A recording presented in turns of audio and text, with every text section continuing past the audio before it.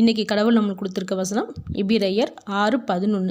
நீங்கள் அசதியாய் இராமல் வாக்குத்தத்தமான ஆசீர்வாதங்களை விசுவாசத்தினாலும் நீடிய பொறுமையினாலும் சுதந்தரித்து கொள்ளுகிறவர்களை பின்பற்றுகிறவர்களாய் இருந்து.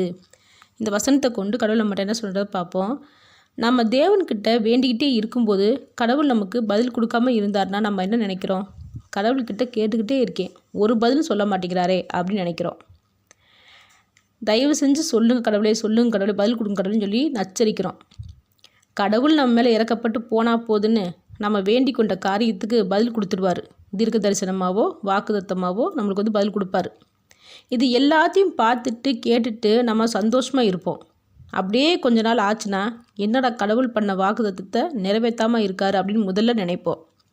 அடுத்து கொஞ்ச நாள் கழித்து எப்போ தான் நிறைவேற்ற போகிறாருன்னு தெரியலன்னு சொல்லி புலம்ப ஆரம்பிச்சிருவோம். அடுத்து கொஞ்ச நாள் கழித்து நிறைவேற்றுவாரா மாட்டாரான்னு நினைப்போம். அடுத்து இன்னும் கொஞ்ச நாள் கழித்து மறுபடியும் கடவுளை பார்த்து நீங்கள் எனக்கு வாக்குத்தத்தம் பண்ணீங்க ஆண்டவரே, இன்னும் நிறைவேற்றாமல் இருக்கீங்களே அப்படின்னு சொல்லி அவருக்கே ஞாபகப்படுத்துவோம். அப்புறம் என்ன செய்வோம்?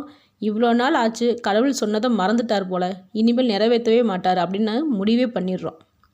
இப்படி நம்ம இருக்கக்கூடாதுன்னு தான் விசுவாசத்தில் நீடிய பொறுமையோடு அசதியாக சோர்ந்து போகாமல் தேவன் சொன்ன வார்த்தைகளை சுதந்திரித்து கொண்டவர்களை பின்பற்றுகள்னு சொல்கிறாங்க.